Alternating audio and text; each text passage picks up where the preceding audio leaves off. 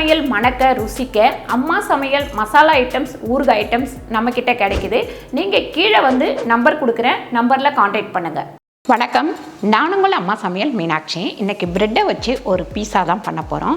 இது பார்த்திங்கன்னா ஈஸியாக நீங்கள் பண்ணிடலாம். ரெண்டாவது சாயங்கால நேரத்தில் குழந்தைங்களுக்கு ஸ்நாக்ஸ் மாதிரி பண்ணி கொடுக்கலாம். டிஃபன் பாக்ஸ்லேயுமே நம்ம வச்சு அனுப்பலாம். குழந்தைங்களுக்கு ஸ்கூல் போகிறாங்க அப்படின்னா இந்த பிரேக்குக்கு வந்து இந்த மாதிரி செஞ்சு வச்சிங்கன்னா ரொம்ப டேஸ்ட்டாக இருக்கும், பசங்களுக்கும் பிடிக்கும். வாங்க எப்படி பண்ணுறதுன்னு பார்க்கலாம். ஃபஸ்ட்டு வந்து ஓடிஜியை நம்ம ஆன் பண்ணிக்கலாம்.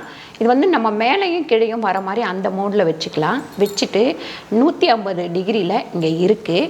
இப்போ ஒரு 5 நிமிஷம் ப்ரீ ஹீட் பண்ணிக்கலாம். நம்ம அது ஹீட் ஆகிட்டே இருக்கட்டும். அதுங்காட்டி நம்ம ரெடி பண்ணி கொண்டு போய் வச்சிடலாம். பாருங்க, இதில் வந்து நம்ம டொமேட்டோ சாஸ் வந்து ஃபஸ்ட்டு கொஞ்சம் தடவிக்கங்க.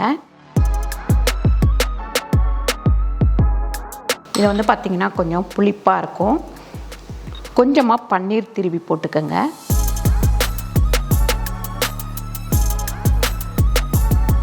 அதுக்கடுத்து கேரட் திருவிக்கலாம். இதில் அதுக்கு மேலே ஒரு ப்ரெட்டை வச்சுக்கலாம்.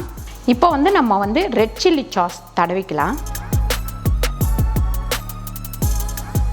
பாருங்க, நம்ம வந்து ஃபஸ்ட்டு வச்ச லேயரில் வந்து கொஞ்சம் புளிப்பு தன்மை இருக்கும். அதுக்கப்புறம் மேலே வந்து நல்ல காரமாக இருக்கும். இதுக்கு மேலேயும் கொஞ்சம் பன்னீர் வந்து திருவிக்கலாம். பாருங்கள், இது மேலே அப்படியே நம்ம முசிலா சீஸ் வந்து கொஞ்சமாக வச்சுக்கலாம். அதுக்கப்புறம் மேலே வந்து கொஞ்சமாக பீஸாக்கு போடுற மசாலா இப்படி போட்டுக்கலாம். அதுக்கு மேலே இன்னொரு ப்ரெட்டு இது மேலேயும் நான் சேர்த்து வச்சுருக்கேன். இது மேலேயும் நம்ம வந்து சீஸ் வந்து வச்சுக்கலாம். இதுக்கு மேலே நம்ம இந்த மசாலா சேர்த்துக்கலாம். பீஸாவோட பேஸு இதெல்லாம் வாங்கி பண்ணுறதுக்கு டக்குன்னு வீட்டில் வந்து நம்ம இருக்கிறத வச்சு பண்ணிடலாம். ப்ரெட்டு வந்து எங்கே வேணாலும் கடையில் கிடைக்கும். இப்போ வந்து க்ரீன் சில்லி சாஸ் வந்து மேலே வந்து போட்டுக்கிறேன். அப்புறம் இதுக்கு மேலே கொஞ்சமாக நான் பெரிய பெரிய மசாலா வந்து லைட்டாக சேர்த்துக்கிறேன். இதுக்கு மேலே கொஞ்சமாக பன்னீர் திருவிக்கிறேன். இதுக்கு மேலே அலோபின்ஸ் வச்சுக்கலாம். ஒரு 2 பீஸு பிளாக் ஆலிவ்ஸ் வச்சுக்கலாம். இதுக்கு மேலே நல்லா இந்த மசாலா போட்டுட்டு இப்போது நம்ம ஓடிஜியில் வச்சுருவோம்.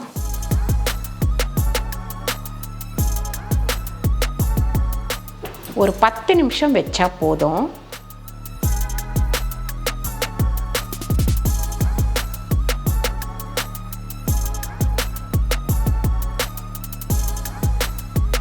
பாருங்கள், அதுக்கப்புறம் டிஃபன் பாக்ஸில் இந்த மாதிரி கட் பண்ணி குழந்தைங்களுக்கு வச்சு அனுப்ப வேண்டியதுதான்.